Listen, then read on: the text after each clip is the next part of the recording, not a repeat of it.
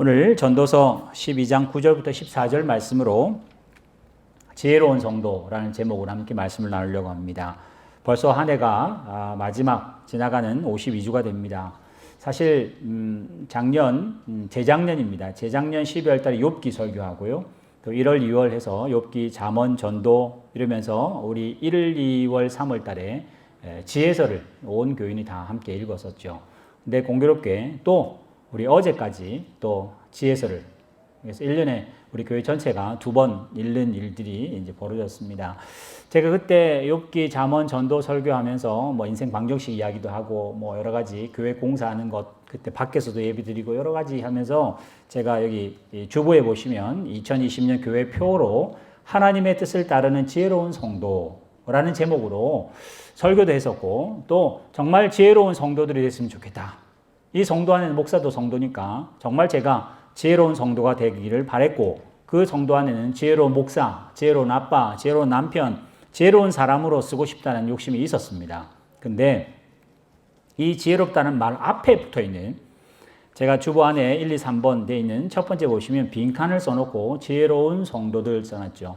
막상 저는 지혜롭고 싶었고 여러분도 함께 지혜로운 성도들 했으면 좋겠다 생각을 했는데 1년 살면서 어떤 생각을 했었냐면 하나님의 뜻을 따르는 지혜가 아니라 하나님이 도구 되시고 나는 똑똑해지고 싶었어요.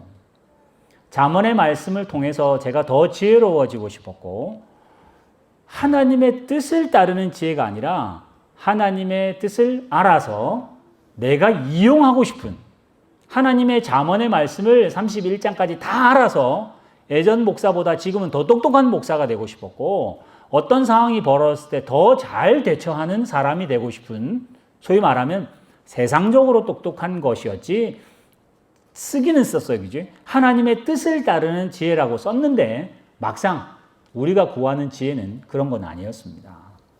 예전보다 더 똑똑해지고요.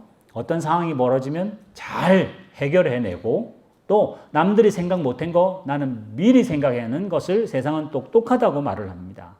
그 지혜라는 글자 한번 보여주세요. 지혜라는 그 말 자체가 세상적으로 이 지혜는 이렇게 쓰죠. 사례를 분별하는 겁니다. 딱 상황을 보고 분위기를 벌써 파악할 수 있는 사람이에요. 서세를 잘 하시는 분들이에요. 주어진 업무를 잘 이렇게 분명하게 잘 헤쳐나가는 분을 우리는 지혜롭다. 그러니까 지식이 있다보다 더한 거죠. 똑똑보다 더한 겁니다. 그래서 굉장히 이걸 좋아하고 흠모합니다. 근데 제가 쓰기는 하나님의 뜻을 따르는 지혜로운 성도들이라고 썼는데 저를 포함한 여러분들 1년 동안 사시면서 얼마나 지혜로워졌는지는 모르겠으나 그 마음 자체가 하나님을 방법 삼아 내가 똑똑하고 싶은 하나님을 도구 삼아 말씀을 도구 삼아 우리 교회는 더 똑똑한 교회가 되고 싶은 지혜로운 교회가 되고 싶은 사실 욕심이었지. 하나님을 주인으로 삼고 나는 정직이구나. 하나님이 주인이시니까 나는 종입니다. 이렇게 지혜롭지는 못했던 것이 사실 지나간 1년의 이야기들입니다. 그래서 여기 나오는 지혜, 특별히 솔로몬의 지혜잖아요. 여러분이 아시는 것처럼 솔로몬의 그 위치가 세상에서 제일 똑똑한 사람이잖아요. 근데 솔로몬을 잘 보시면 국력도 강해요. 정치력도 좋아서 부인만 300명입니다. 그 300이 아니라 이 정략 결혼을 해서 그래서 주변에 적을 만들지 않는 후궁은 뭐 700명이 되는 게 1000명이 된다 할 정도로 그것은 부인이 많다는 것보다는 전 주변에 있는 나라들과 함께 다 이렇게 연을 맺고 살았고요. 또 재물도 그렇고 건물도 그렇고 뭐 쳐들어가고 쳐들어오는 것도 없었습니다. 그 솔로몬 때는 참 소위 말하는 태평성대를 누리는 것처럼 보였던 지혜의 대왕으로 보이지만은 결론으로는 하나님하고 멀어졌어요. 하나님이 솔로몬을 그 기브온 산당에서 꿈에 지혜를 주셨는데 하나님이 준 지혜 가지고 40년을 다스리면서 하나님하고 멀어졌다니까요. 그러면 지혜가 준 하나님의 본래 주신 의도하고는 전혀 딴 거였었잖아요. 사실 우리 마음속, 저의 마음과 우리의 마음도 하나님께 지혜를 달라고 기도하면서 그 지혜 주면 어떻게 할 거냐? 하나님 더 가까이 갈게요가 아니라 하나님 안 하셔도 됩니다. 제가 알아서 할 테니까. 하나님은 저한테 지혜만 주시면 제가 알아서 교회도 잘하고 가정도 잘 다스리고 저에게 주어진 일을 착착 알아 해낼 이런 식으로 지혜로운 일꾼? 그건 아닙니다. 그래서 대표적으로 솔로몬을 보더라도 세상적으로는 지도력이 있었고 세상적으로는 지혜로운 것을 표현했으나 영적으로는 지혜롭지 못했습니다. 하나님하고는 멀어집니다. 역사적으로 아는 것처럼 솔로몬이 임금을 내려놓고 그 아들에게 물려줘서 나라가 둘로 쪼개집니다. 둘로 쪼개지고 뭐 남쪽 북쪽 할 거 없이 다 사실은 우상 숭배합니다. 나라 결국은 북쪽도 남쪽도 다 망합니다. 그럼 솔로몬을 잘했다 그래야 되나요? 지혜를 얻긴 얻었는데 그 지혜를 잘못 썼다고 말해야 되겠죠. 그래서 오늘 저는 여기 앞에 빈칸에다가 여러분 뭘 넣었으면 좋겠다. 저 마음속으로는 저의 솔직한 심정은 하나님의 말씀, 하나님이 가지고 있는 그 전능한 지혜를 저에게 주셔서 저는 똑똑한 사람이 되고 싶습니다는 속마음이지 사실 표현은 하나님의 뜻대로 지혜로운, 하나님의 뜻을 따르는 지혜로운 사람은 사실은 아니었던 거 아닌가 한번 뒤돌아보면서 또 하나님이 올 한 해를 마지막 마무리하고 또 새해 주시잖아요. 새해 때는 하나님의 그러니까 지혜라는 포커스 너무 맞추지 마시고 여기 나온 하나님의 뜻을 따르는 데다가 포커스 맞추시는 그런 일이 됐으면 좋겠다는 생각으로 오늘 제가 표이기도 하고 또 1년 동안 정말 올 한 해는 정말 다사다난한 매해 쓰는데 올해만큼 참 신기한 그 경험한 게 처음이었기 때문에 이걸 통해서 하나님 또 지혜를 얻게 하실 겁니다. 그래서 오늘 이 지혜라는 말로 마무리를 이렇게 한번 한 해의 마무리를 하려고 합니다. 사실 그 전도서 12장 1절 보여주세요. 12장 자체가 솔로몬이 잠언 그리고 전도서 제가 볼 때는 시편보다는요 잠언보다는 욥기보다는 전 전도서가 훨씬 더 이렇게 그레이드가 올라가는 것 같아요. 그레이드가 올라가. 욥기는 죽지는 않았잖아요, 그지? 근데 이 전도서를 보면 죽을 것 같아요. 분위기가. 자, 1절 보세요. 너는 청년 때 너의 창조주를 기억하라 그랬어요. 기억하라는 이 기억이 생각 안 났다가 까먹었다가 찬송가 몇 장이지? 몇 장이었더라? 이런 기억이 아니라 이 기억은요, 운전 스킬 같아요. 우리 뭐 골프 하시는 분들, 골프하면 뭐 열심히 잘하면 뭐 눈 감고도 이렇게 근육이 기억하잖아요. 그것처럼 하나님이 나의 창조주라는 것으로 내 머리와 내 생각과 내 몸과 모든 것이 기억하고 있으면 어떤 일이 벌어지냐? 가치관이 바뀌는 거 아니에요. 세계관이 바뀌는 거예요. 하나님 잠시 까먹다가 세상 코드 갔다가 하나님 코드 이게 아니라 하나님을 나의 주인으로 삼는 가치관으로 가져라가 이 기억하라입니다. 그거에 하나님께서 한나를 권고하시고 생각하시고 할 때 그 생각이 이 기억이라는 단어예요. 그래서 여러분은 피조물인 걸 아셔야 되고 하나님은 창조주라는 것을 기억하셔서 나는 기억해요가 아니라 기억했으니 어떻게 결단하셔야 돼요. 기억했으니까 그렇게 살아야 되고 기억했으니까 그런 판단을 하셔야 되는 일들을 촉구합니다. 언제요? 공부하기 전에.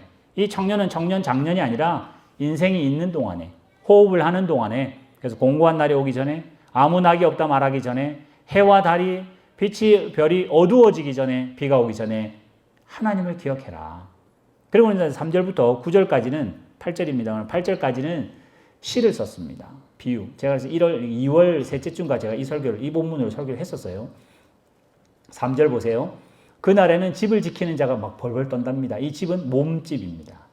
몸집입니다. 몸집. 그러니까 나이가 드셔서 이제는 그냥 못 서 있습니다. 벌벌 떨립니다. 힘 있는 자들이 구부러졌어요. 맷돌질 하는 자가 적습니다. 이 맷돌질, 이 저작하는 행위입니다. 이렇게 씹는 행위입니다. 그 다음에 창들이 어두워져 잘 안 본답니다. 지금 이래야 창이 잘 보이잖아요. 넘겨주세요.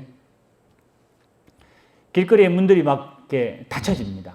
소통 한게 없고 맷돌 소리가 적어지고요. 새소리로 말미암아 일어난다고 했잖아요. 우리 아이들은 지금 민준이도 그렇지만 업어가도 모릅니다. 그지?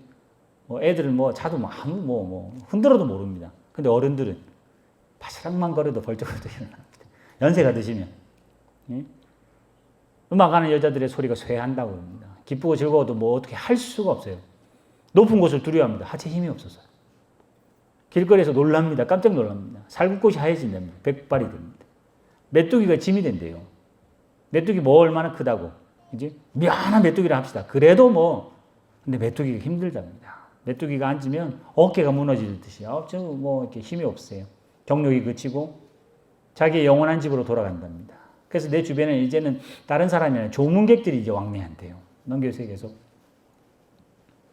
은줄이 풀리고 금그릇이 깨지고 항아리에 그 곁에 있는 샘들, 바퀴의 우물들이 깨지고 이거는 이제 내부의 겁니다.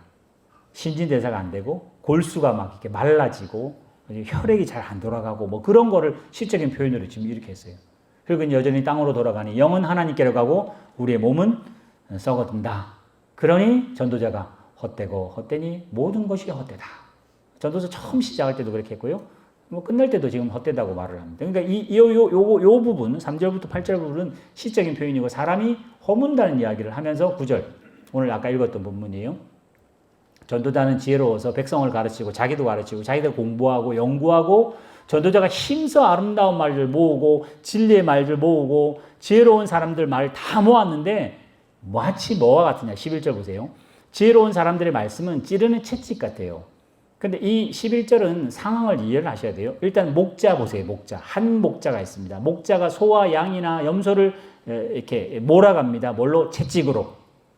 그리고 또 그 소를 이 곱비를 땅에 박아놓거나 아니면 텐트를 땅에 박을 때 그 핀 박는 거 있잖아요. 지금 그 상황을 이야기를 합니다. 그러니까 하나님 말씀이 목자 되셔서 우리를 소를 양을 우리를 몰아가실 때 말씀이 채찍이 돼서 나를 인도하신대요. 예전에 우리 연초에 잠언 했잖아요. 말씀 언자고 잠은 뭐냐? 바늘 칩니다. 바늘이라고 했잖아요. 찌르는 말씀이라고요. 그 말씀이 나를 찔러야 되잖아요. 남 찌르지 말고 그 말씀 가지고 누구 찌르지 말고 나를 찌르는 말씀이니 어떻게 해요? 채찍이 나를 인도한다는 거예요. 엄한 길로 가면 하나님이 경계하십니다. 디모데후서 3장 16절에 그랬잖아요.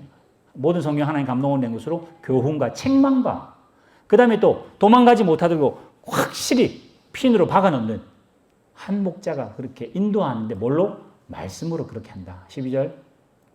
그래서 아들아 하나님 말씀으로부터 경계를 받으라. 많은 책을 짓는 것이 끝이 없고 많이 공부하는 것은 몸을 피곤하게 한다. 우리 간혹가다 우리 중고등부 애들이나 우리 아이들이 성경을 보라고 공부하면 피곤하지 않냐고. 그럼 대답하세요. 네가 공부하는 거는 많이 공부하는 게 아니고 네가 공부하는 거는 여기서 많이 공부하는 거라서 엄청나게 많이 네가 하는 건 아니라고 말씀하세요. 여기 나오는 책과 공부는요. 하나님 없는 세상 지식을 이야기합니다. 아니 육체를 운동을 해도 적당한 유익이 있죠. 그렇지? 그러나 경건은 더 유익하다는 것처럼 공부하고 해야 되는 거는 마치 뭐랄까요? 이 용기를 만든다 그럴까요? 우리 아이들은 용기를 만들어야 돼요. 이 그릇이 있어야 물을 마실 거 아니에요? 그러니까 아이들과 청년 때는 그릇을 만드는 시기니까 막 이렇게 뜨거운 물로 이렇게 달궈가지고 튼튼하게 만들어야 많이 부을 거 아니에요? 근데 아이들은 이제 그 굽고 하는 걸 힘들어 하는 거죠. 우리는 지나와 보니까 그릇 잘 만드는 게 많이 담을 수 있고 뭘 담았냐? 그 그릇이 달라지는 건데 그렇다고 그릇이 중요하진 않습니다. 그릇의 목적은 이 물이 중요하잖아요. 그러니까 지금 솔로몬이 이제 그 이야기를 하는 거예요. 그러면서 13절이 그 결론입니다. 일의 결국을 다 봤다. 이제 죽을 때가 됐다. 마치 솔로몬의 유언이라고 생각하시면 돼요. 하나님을 경외하며 하나님 명령을 지키는 게 사람의 만든 목적. 하나님이 사람을 왜 만들었냐? 하나님 경외하라고. 하나님이 사람을 왜 만들었냐? 하나님 명령 지키라고. 이 시계 하나님께서 사람이 왜 만들었을까? 시계 보라고. 시간 보라고 우리에게 만들어. 안경은 그 목적이 있는 것처럼 하나님이 사람을 왜 만들었냐? 경외하라고. 하나님 말씀 순종하라고. 누가 말했냐? 솔로몬이 말했다는 거예요. 그래서 저는 여기 두 번째 솔로몬의 지혜라고 써놨는데 하나님이 왜 솔로몬에게 지혜를 주셨을까? 전무후무한 지혜를 줬다고 그랬거든요. 왜 솔로몬에게 지혜를 줬을까? 이러면 솔로몬의 지혜를 딱 떠오르는 게 바로 그 두 장녀의 한 아이를 반떼라는 거죠. 누가 진짜 엄마인지를 알아는, 야, 정말 그 판결은 솔로몬의 판결, 재판 해가지고 정말 똑똑한 사람의 대표 명사로 되는데 저는 뭐 이 설교하려고 제가 연말에 이 설교할 때 생각은 했었는데 제가 준비하면서 떠오른 생각이 뭐냐면 하나님이 정말 솔로몬을 지혜롭게 왜 만드셨고 왜 솔로몬에게 그런 지혜를 주셨을까? 13절 말하려고. 이게 무슨 말이냐면요. 세상에서 제일 똑똑할 수 있는 그 솔로몬을 해서 하나님이 줄 수 있는 최대한의 지혜를 딱 주고 솔로몬 보고 살아라는 거죠. 그러니까 우리는 사는 모습을 보고 굉장히 좋아했는데 보니까 하나님이 준 지혜 가지고 솔로몬이 임금으로 살아도 헛되다고 말할 수밖에 없더라. 그러니까 솔로몬의 지혜는 성공하고 똑똑하게 한다는 걸 보라고 준 게 아니라 그렇게 똑똑하고 그렇게 부자고 그렇게 잘난 사람도 결국 끝에는 뭐라고 했냐? 하나님이 답입니다. 그렇게 말을 한다는 거예요. 그러니 하나님이 솔로몬에게 주신 그 지혜는 허무함을, 인생에 하나님 없으면 아무것도 안 된다는 거를 그 똑똑한 사람이 했기 때문에, 여러분 솔로몬도 안 똑똑하잖아요. 그러니까 그렇게 살지 마시고 그냥 하나님 명령대로 하나님을 경외하고 하나님을 순종하는 걸로 사셔야 돼요. 여러분이 솔로몬보다 더 똑똑하시면 한번 해보시고, 이제 하나님이 만든 이유가 솔로몬에게 지혜 줘서 잘 살았습니다. 박수 막 쳐요. 그러면 어떻게 되죠? 우리도 솔로몬 지혜 다 따라해야 됩니다. 근데 어떻게 했냐? 솔로몬 같이 그렇게 잘나고 그렇게 똑똑해도 안 되는 일들을, 어부들, 제자들을 성령으로 하게 하시고, 예수를 그렇게 비천하게 태어나게 해서 성령으로 하게 하시고, 솔로몬의 지혜 발끝도 못 들어가는 우리한테 성령으로 하게 하셔서 하나님이 하셨다고 말하게 하시려고. 그러니 솔로몬은 우리에게 시금석이 됩니다. 그 한나의 실패하는 인생을 보여줌으로 그러면 좀 억울할 수 있을 것 같아요. 오히려 다윗이 훨씬 더 추앙받잖아요. 솔로몬은 이렇게 우리 그 파노라마 할 때 다윗은 전심, 솔로몬은 반심, 또 뭐 이러거든요. 사울은 완전 변심, 뭐 이렇게 말을 하는데, 솔로몬을 하나님이 솔로몬 되게 하신 이유는 인생은 지혜 가지고 아무리 똑똑하고 하나님 주신 지혜라도 하나님 경외하는 거 아니면, 하나님 명령 순종하는 거 아니면 결국은 끝에는 뭐라고 한다? 모든 것이 헛되다. 그 말한다. 그러니 지혜로우려고 하는 여러분들은 솔로몬 길 안 가시면 돼요. 어떻게 해요? 솔로몬이 유언하는 말만 들으시면 됩니다. 그게 뭐냐? 일의 모든 것을 내가 다 보았는데 하나님을 경외하며 하나님 말씀 순종하는 것이 정답이다. 솔로몬이 살아보니까. 여러분 전도서 뭐 이번 한 주간 다 들어보셔서 또 읽어보셔서 아시잖아요. 이것도 저것도 다 내가 해봤다. 다 연구해봤다. 근데 아무것도 아니더라. 아니라는 걸 왜 굳이 하려고 하겠어요? 우리는 아까 말한 하나님이 주신 지혜에 관심 없고 하나님이 주시는 은사 가지고 내가 잘 되려고 하니까 솔로몬만큼 잘 되고 싶어서 그런 지혜들을 우리는 사실은 어느덧 잘못된 그런 어떤 모습들을 굉장히 선호합니다. 그래서 오늘 제가 솔로몬의 지혜는 실패하는 지혜를 하나님께서 만드셨어요. 배역을 솔로몬은 모든 모양을 잘 갖추고 성공하는 그 캐릭터가 아니라 이렇게 세상에서 제일 잘난 캐릭터를 가지고도 실패하는 캐릭터를 주셔서 우리로 하여금 보고 자라라고, 교훈받으라고 하나님께서 하셨어요. 오히려 목자였던 그 다윗은 하나님 앞에 순전한 마음 갖고 모른다 그러고 울고불고 그렇게 하던 다윗은 하나님께서 마음이 합한 사람이라, 하나님 마음에 딱 맞는 사람이라 그렇게 하나님께서 높이시잖아요. 그러면서 솔로몬은 오늘 이 전도서를 쓰기 위해서 태어났습니다. 하나님이 이 전도서 쓰라고 솔로몬에게 똑똑함을 준 것 같아요. 그래서 자기 마음대로 방법이라는 방법 다 고차원까지, 고차방정식 다 동원해가지고 풀어봤는데 결국은 하나님이 답이라는 걸 결론 냈다. 이게 오늘 솔로몬의 결론입니다. 그래서 오늘 저는 똑똑한 것, 특별히 지혜로운 것을 저는 그렇게 생각합니다. PPT 한번 더 그 뒤에 거 한번 보여주세요. 제가 말하는 결론은 이겁니다. 우리의 지혜는 그럼 어떻게 되느냐? 하나님의 지혜는 예수입니다. 예수. 하나님의 지혜는 예수다. 자, 이게 이제 같이 가는데, 우리가 아까 제가 하나님의 뜻을 따르는 지혜로운 성도가 되고 싶어요. 그러면 하나님의 지혜를 갈구해야 되잖아요. 그럼 하나님의 지혜는 뭘까? 하나님의 지혜는 예수입니다. 예수로 표현이 됐어요. 하나님의 지혜는 말씀이다. 말씀 맞아요. 근데 예수로 표현이 돼요. 그게 뭐냐? 하나님은 지혜롭습니다. 하나님은 정의롭고 하나님은 거룩합니다. 그러면 그 거룩은 우리가 못 가는 하늘에 하나님 혼자 계실까요? 그게 거룩이 아니라 하나님의 거룩과 하나님의 지혜는 죄인의 몸을 입고 오시는 거예요. 우리 몸을 입으시는 거예요. 예수라고 하는 성육신으로 오시는 것이 하나님의 지혜랍니다. 하나님의 거룩은 누구도 도달할 수 없는 저 높은 곳에 가 있는 어떤 로고스가 있는 저 세상에 혼자 계시는 게 아니라 그런 분이 우리하고 같이 동행하시고 우리의 그 못남을 계속 기다리시고 우리가 알아먹도록 계속 표현하시고, 그게 하나님의 지혜랍니다. 근데 우리는 어떻게 하느냐? 샘플을 들어볼게요. 지금 이제 우리 아이들은 뭐 이제 다 컸으니까요. 이제 우리 셋째도 이제 22, 이제 23 가니까 이제 아빠로서는 이제 기능이 이제 많이 상세가 됐습니다. 사실 우리 아이들 한국에 있을 때는 한국의 담임 목사님은 정말 뭐 그냥 괜히 바쁩니다. 뭐 집에 붙어 있을 수가 없어요. 그래서 애들 키운다고 막상 하지만은 막상 그게 잘 안 되거든요. 근데 늘 이제 아이들한테 늘 똑똑한 아빠가 되고 싶었고 또 실제로 똑똑한 아빠입니다. 근데 그게 아니라 아빠가 똑똑하면 어떻게 되냐? 애를 똑똑하게 만드는 아빠가 진짜 똑똑한 아빠예요. 그러니까 하나님의 지혜는 하나님이 잘났다, 하나님이 크시다를 나타내는 게 아니라 하나님의 자녀 삼은 우리를 거룩하게 만들어야 돼요. 죄인된 우리를 거룩한 백성으로 만들어야 하나님의 지혜예요. 그러니까 아빠인데 아빠는 똑똑해. 그러면서 죽을 때 아들아 아빠는 똑똑했다 알았지 이러고 하면 어떻게 합니까? 그러면 죽을 때 어떻게 해야 되죠?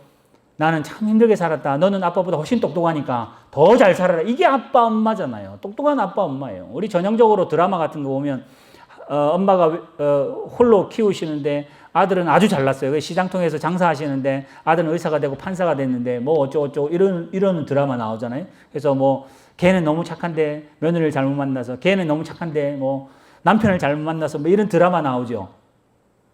누가 제일 똑똑하냐? 검사, 의사가 똑똑. 이 시장통에서 장사한다는 이 엄마가 그 드라마에서 제일 똑똑한 사람이에요. 그게 뭐라고? 제일 지혜로운 사람이세요. 하나님의 지혜는, 우리가 가져야 할 지혜는 저의 똑똑함을 더 많이 여러분 모르는 건 내가 알았습니다라고 말하는 게 똑똑한 게 아니라, 나를 높이는 게 아니라 내가 누구를 높이는 사람이 더 똑똑한 사람. 내가 잘난 걸 보여주기보다 내가 다른 사람을 잘나게 보여주는 사람이 똑똑한 사람이라고 성경이 이야기합니다. 왜요? 하나님이 그렇게 하세요. 하나님. 그게 부모가 그렇게 해요. 부모가. 근데 우리는 늘 딱 잘라서 하나님의 뜻을 따르는, 하나님이 주시는 지혜로운 성도 딱 하면서 뭐 똑똑해야 돼요. 남보다 기가 죽으면 안 돼요. 남보다 학벌도 좋아야 돼요. 남보다 더 벌어야 돼요. 우리 애들 뭐가 더 잘 돼야 돼. 요래야 지혜로운 사람 같아요. 우리 교회 지혜로운 교회. 그러면 조직도 잘 돼야 돼. 말도 잘 들어야 돼. 뭔가가 탁탁 맞아. 세상은 지혜롭다 하겠죠. 우리가 바라는 건 이러긴 하죠. 그러나 막상 하나님이 정말 지혜라고 보여주신 예수라고 하는 그 지혜는 죽었어요. 우리 살리라고. 우리를 높이려고 그 낮아졌대요. 영원히 우리를 살리려고 영원히 죽으시는 일들을 실제로 하셨어요. 우리를 살리려고 배려하세요. 우리를 살리려고 죽도 밥도 안 되는 일들을 막 인생을 사는 것 같아요. 우리 아는 것처럼 예수님이 로마의 황제로 오셨으면 얼마나 좋았겠습니까? 로마 황제를 박살을 내고 제자들을, 이스라엘 백성들을 뒤에 무리를 이끌고 로마를 향해서 모든 길이 나와 있으니까 가고 행진하면 얼마나 좋겠어요. 예수님 그렇게 안 했어요. 그게 하나님의 지혜도 아닙니다. 우리는 늘 세상이 말하는 지혜를 얻고 싶어서 하나님 동원도 하고 기도도 동원하고 성경도 동원하고 우리의 예배와 진심을 동원하지만은 진짜 하나님이 우리에게 보여준 지혜는 부모의 지혜였어요. 세상에서 하나님 몰라도 그나마 눈치채는 게 부모가 자녀 사랑하는 그게 연륜의 지혜였고 인생의 지혜였다는 것을 전도자가 알았는데, 그보다 더한 거는 모든 것이 헛되다. 하나님을 경외하며 내가 피조물인 줄 알고 하나님은 창조주인 줄 알고 하나님 말씀에 순종하는 것이 정말 답이다. 그래서 올 한 해를 보내고 또 새로운 한 해를 맞이하면서 여러분들이 더 지혜롭기를 바라는데, 그 지혜는 세상도 알아주는 지혜 말고 하나님이 보여줬던 지혜. 하나님은 지혜롭잖아요. 하나님은 지혜가 완전하잖아요. 하나님은 사랑이시잖아요. 그럼 결국 어떻게 하냐? 사랑으로도 가는 게 또 지혜입니다. 사랑받는 사람이 지혜로운 사람이 아니라 사랑하는 사람이 또 지혜로운 거예요. 내가 무례히 행해도 아무 꺼리낌 없는 자리에 있는 사람이 똑똑한 사람이 아니라 성경이 뭐라고 그러죠? 무례히 행치 않는 사람이 지혜로운 사람이라고 성경은 이야기합니다. 더 신앙생활을 더 잘하시면 물에 행치 않는 것이 지혜라고 이해하셔야 돼요. 왜요? 예수님이 그렇게 했으니까. 예수님이 그렇게 보여줬으니까. 근데 우리는 늘 하나님은 그렇게 하세요. 예수님은 그렇게 낮아지셔서 겸손해서 그 우리를 살려주세요. 저는 높아질 테니까. 이게 딱 우리의 딱 현주소고 우리의 속마음을 그대로 보여주는 우리 교회, 우리의 신앙의 현주소입니다. 이걸 나쁘다고 말하는 게 아니라 이건 어린 거예요. 어린 거예요. 이제 더 잘하셔야 됩니다. 어떻게 해요? 세상이 번듯하게 보는 지혜로운 성도가 아니라 하나님의 뜻대로 지혜로운 성도. 하나님을 그대로 닮아가는 지혜로운 성도. 늘 우리 분들 다, 우리 교인들, 건희 같은 경우 저하고 똑같이 모든 게 다 똑같다 그러면. 누가 중간에 선물을 하나 하셨어요. 옷을 하나 하셨는데 사이즈가 안 맞았어요. 그래서 하면서 건희랑 저랑 같이 입어요. 사이즈도 똑같네요. 생긴 것도 똑같. 하나님도 우리에게 그걸 원하세요. 그 소리 듣고 싶은 거지. 하나님 아버지하고 똑같이 생겼네요. 우리에게 그렇게 하라는 거예요. 뭔가 조직이 잘 되고 훈련이 잘 돼가지고 뭔가 번듯하게 보이는 그런 세상의 추앙을 받는 그런 지혜 말고 하나님 아버지하고 꼭 빼닮은.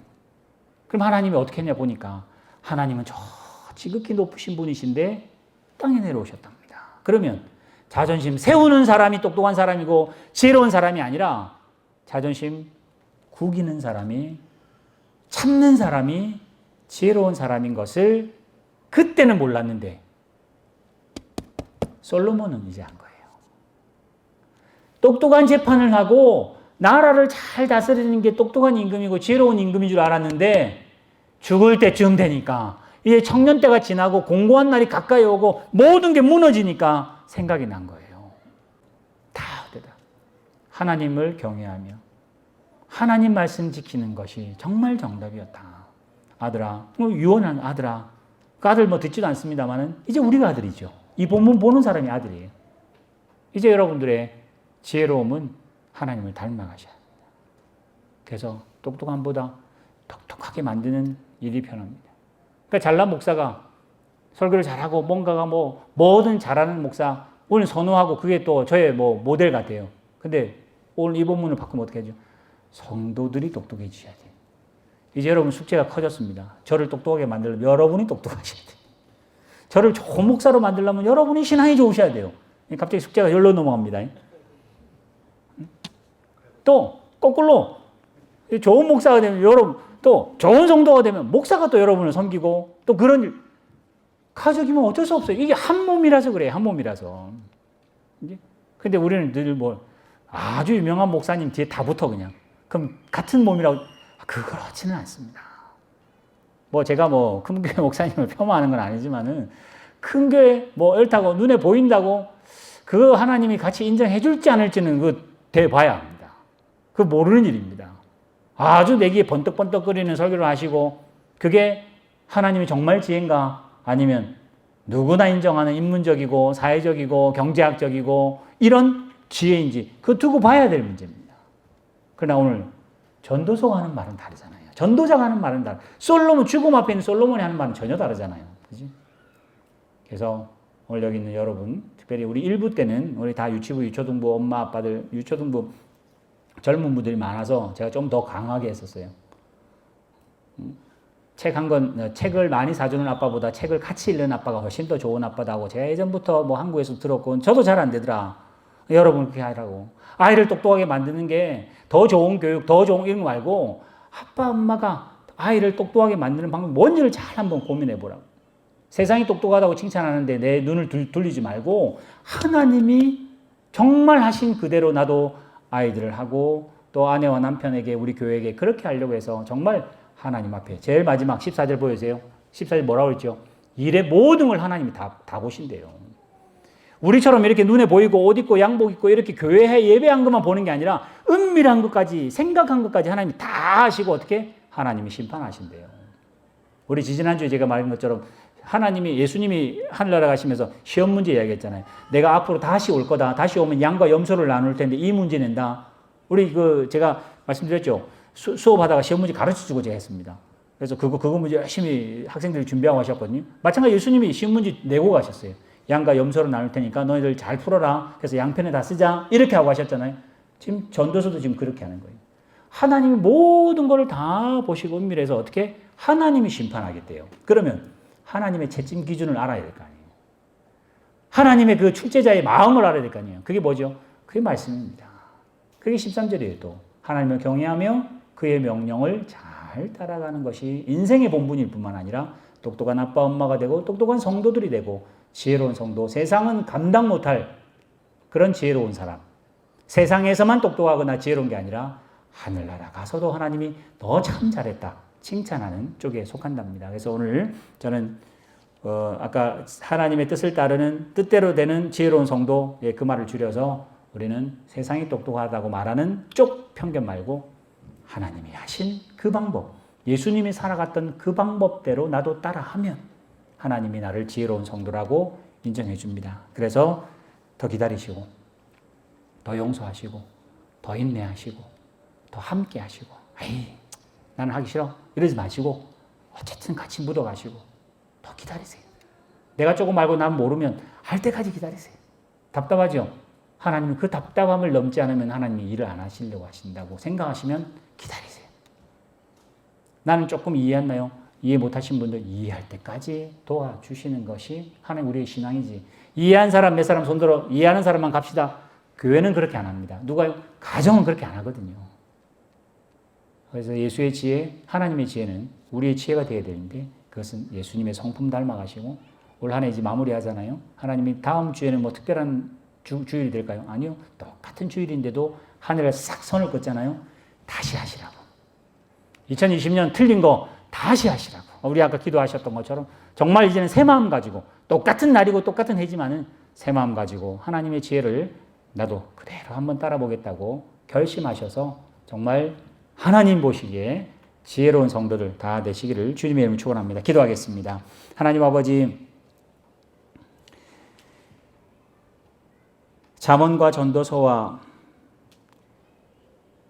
시편과 욥기와 이런 지혜서를 보면서 여기 있는 지혜 내가 잘 무장해서 세상에서 보란 듯이 한번 살아보고 싶다는 욕심이 늘 있었는데 이 지혜의 근원이 되신 하나님께서는 인간의 몸을 입으시고 죄인된 우리를, 연약한 우리를, 원수이던 우리를 위해서 먼저 죽으시고 자존심을 내려놓으시고 무례함을 당하시고 자기가 아파하시고 속이 상할 정도로 인내하시고 기다리셔서 용서하셔서 우리와 하늘나라 함께 가시려고 먼저 우리에게 보여주신 이 하나님의 지혜, 예수님의 지혜, 예수님의 이 사랑을 우리 화성교회 모든 성도들도 마음속 깊이 깨달아서 주어진 우리 가정 가운데 하나님의 지혜가 충만케 하는 우리 부모들과 더욱더 우리보다 지혜로운 자녀를 만들어내는 더 지혜로운 아빠 엄마들, 우리의 주어진 직장과 사회 하나님을 볼 수 있도록 우리가 그들을 군림하는 것이 아니라 또 섬기기를 결단하는 우리 귀한 성도를 될 수 있도록 인도하여 주시옵소서. 오늘 한 해를 마무리합니다. 우리가 정말 한 거 없고 또 안타까운 마음 많지만은 그러나 하나님께서 새해 주셔서 또 새롭게 시작하고 하나님이 찬스를 주실 때 하나님 말씀을 목숨 걸듯이 순종하고 목숨 걸고 순종하고 하나님을 더 경외하기를 힘쓰는 우리 모든 성도를 되게 하실 줄 믿사오며 예수님의 이름으로 기도드리옵나이다. 아멘.